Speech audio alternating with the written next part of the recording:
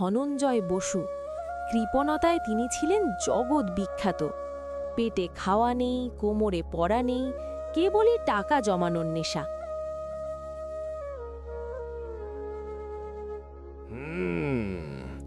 এই সিন্ধুকে আরো 10,000 মোহর ধরবে, কাউকে 1 পয়সা দেব না আমি।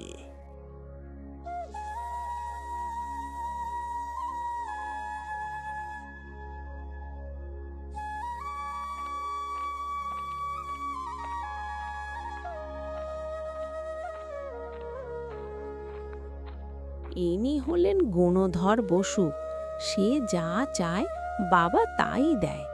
গুণধর বসু পড়াশোনা করে না, শুধু দামি পোশাক পরে ঘুরে বেড়ায়।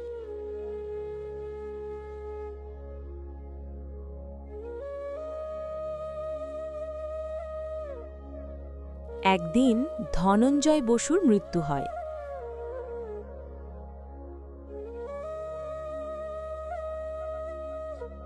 গুণধর বসু এখন অগাধ সম্পত্তির মালিক।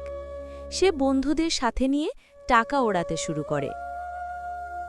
গুণধর বসুর শখ হল সে বড় গায়ক হবে, কিন্তু সমস্যা হল তার গলা ছিল অনেকটা ফেটে যাওয়া টিনের মতো। গুণধর বসু গান ধরল। তার বিকট চিৎকারে গাছের পাখি উড়ে যাচ্ছে।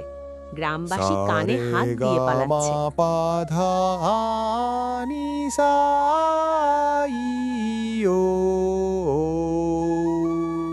ওরে বাবা, এ তো গান নয়, এ যেন যমদূতের ডাক।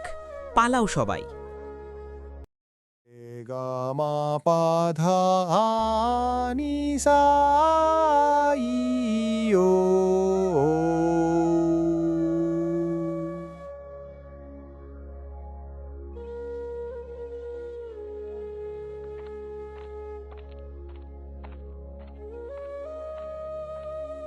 কেউ গান শুনতে না আসায় গুণধর বসু হতাশ।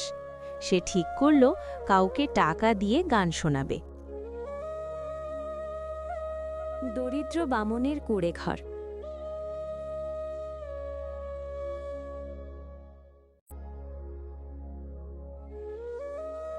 বামন খুব কষ্টে দিন কাটাচ্ছে। গুণধর বসু এসে তাকে প্রস্তাব দিল,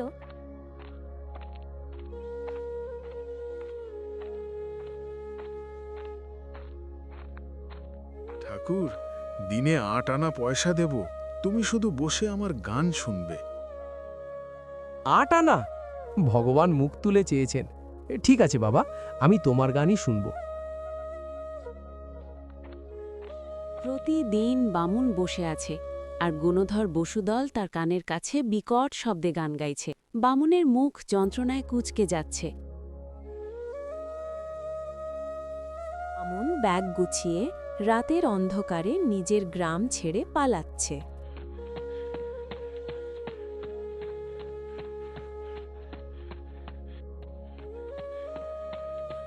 গ্রামের বাইরে একটা বিশাল বেলগাছ।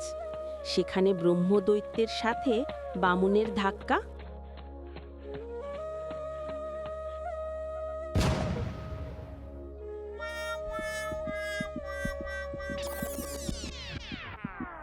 সেই বেলগাছে এক ব্রহ্মদৈত্য বাস করত। গুণধর বসুর সেও কিন্তু গানে অতিষ্ঠ হয়ে উঠেছিল।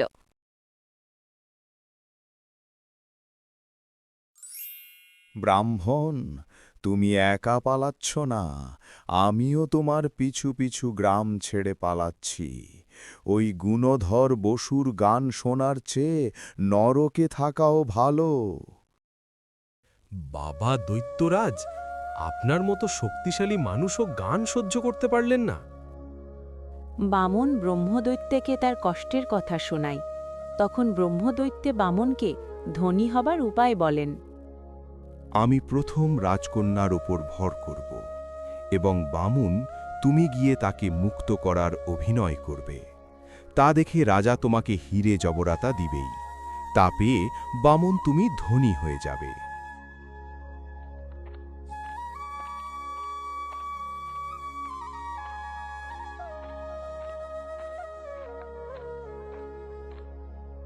রাজপ্রাসাদে রাজকন্যা চিৎকার করছে। রাজা দৌড়ে তার মেয়ে কাছে গেল। অসংলগ্ন আচরণ করছে দৈত্যের প্রভাবে। বড় বড় ওঝারা হার মানল।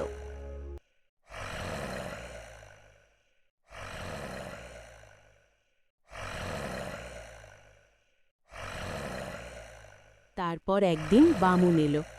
সে গিয়ে শুধু রাজকন্যার মাথায় হাত রাখল। দৈত্য কথা অনুযায়ী রাজকন্যাকে ছেড়ে চলে গেল।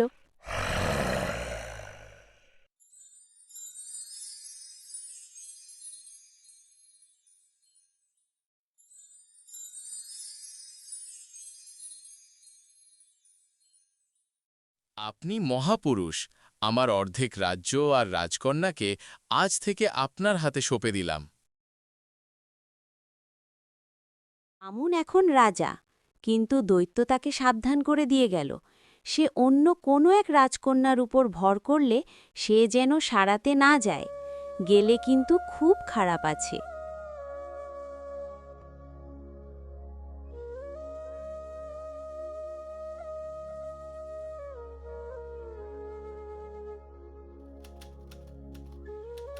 কয়েকদিন পরে দৈত্য অনেক রাজকন্যার ওপর দৈত্য ভর করেছে। রাজকন্যার বাবা ছিল রাজার মিত্র। সে তার কাছে সাহায্য চাইলেন।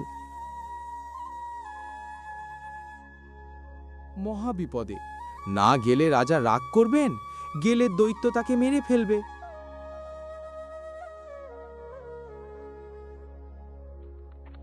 বামুন রাজকন্যার ঘরে ঢুকল। দৈত্য গর্জন করে উঠল।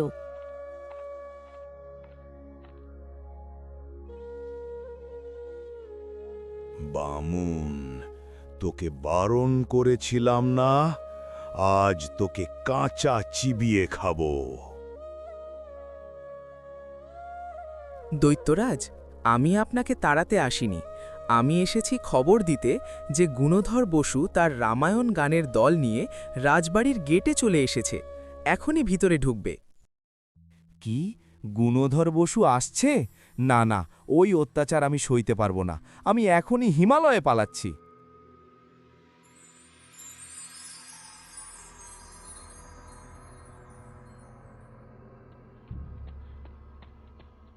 আমি আজ থেকে হিমালয়ে থাকব, আর কোনোদিন কোনো গ্রামে যাব না। দৈত্য পগার পার। বামুন আবার জিতে গেল। রাজা তাকে প্রচুর ধনরত্ন দিলেন। দেখলেন তো, যে সমস্যার সমাধান শক্তি দিয়ে হয় না, তা বুদ্ধি দিয়ে অনায়াসেই করা যায়। আর গুণধর বসু সেই গান আজও হয়তো কোনো বনের ধারে সে গান গেয়ে চলেছে, আর ভূতপ্রেতরা সব ভয়ে দেশান্তরী হচ্ছে। ভিডিওটা যদি ভালো লাগে তাহলে চ্যানেলটিকে লাইক ও সাবস্ক্রাইব করুন, যাতে আমি তোমাদেরকে আরও ভালো ভালো গল্প শোনাতে পারি।